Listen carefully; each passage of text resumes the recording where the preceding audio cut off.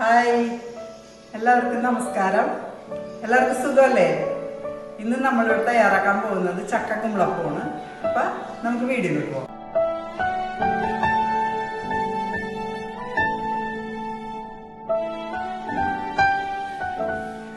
കുമ്പളപ്പത്തിന് ആവശ്യമായിട്ടുള്ള എല്ലാ ഇൻഗ്രീഡിയൻസും ഞാനിവിടെ എടുത്തു വെച്ചിട്ടുണ്ട്.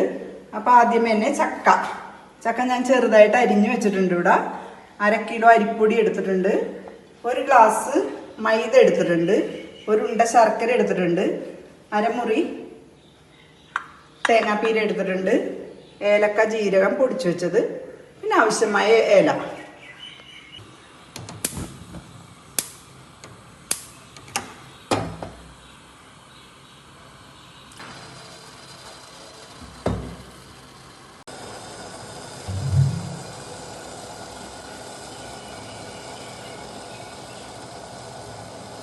അപ്പൊ നമുക്ക് കുമ്പളപ്പത്തിന് ആവശ്യമായിട്ടുള്ള പൊടി ഇതിൻ്റെ അകത്തോട്ട് പകർത്താം.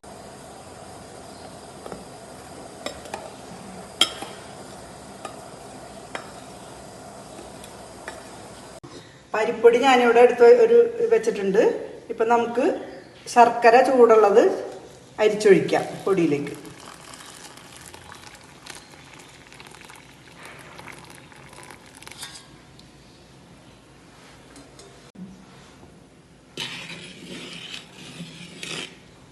നമുക്കൊന്ന് ഇളക്കി കൊടുക്കാം.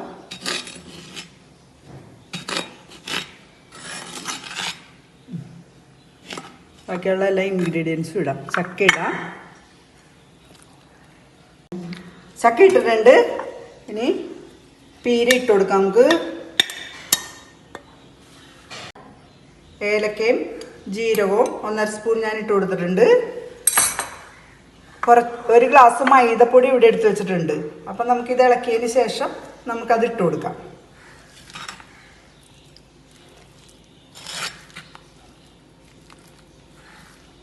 ഞാനൊരു വലിയ പാത്രത്തിലേക്ക് പകർത്തിയിട്ടുണ്ട് ഇത്. അപ്പം നമുക്ക് കുറച്ച് മൈദ കൂടി ചേർത്ത് കൊടുക്കാം.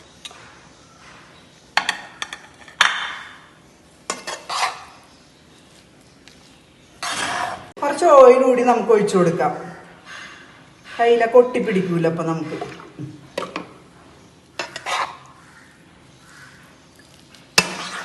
ഇനി നമുക്ക് കൈ വെച്ച് നന്നായിട്ട് ഈ പൊടി യോജിപ്പിച്ചു കൊടുക്കാം. ചക്കയും ശർക്കരയും തേങ്ങയും എല്ലാം കൂടി നന്നായിട്ട് യോജിപ്പിക്കണത്.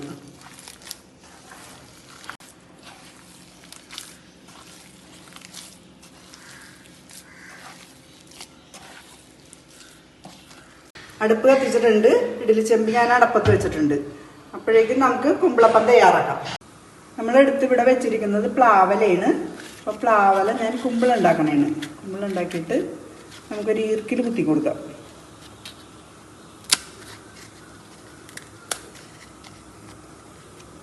കുമ്പിളിലേക്ക് നമുക്ക് നിറച്ചു കൊടുക്കാം.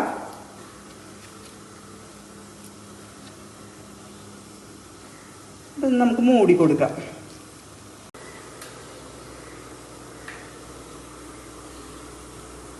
കുമ്പിളപ്പം വേഗം വെക്കാം.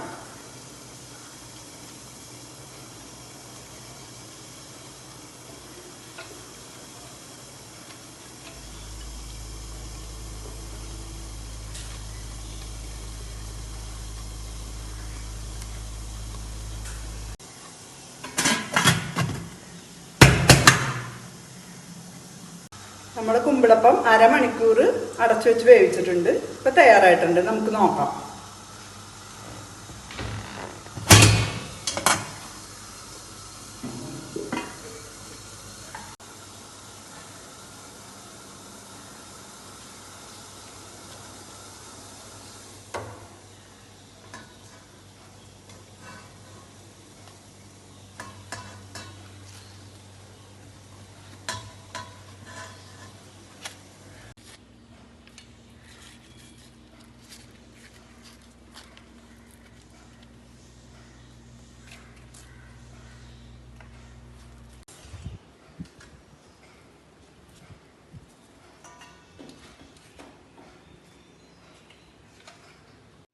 നമ്മുടെ കുമ്പളപ്പൊക്കെ ഇവിടെ തയ്യാറായി വന്നിട്ടുണ്ട്.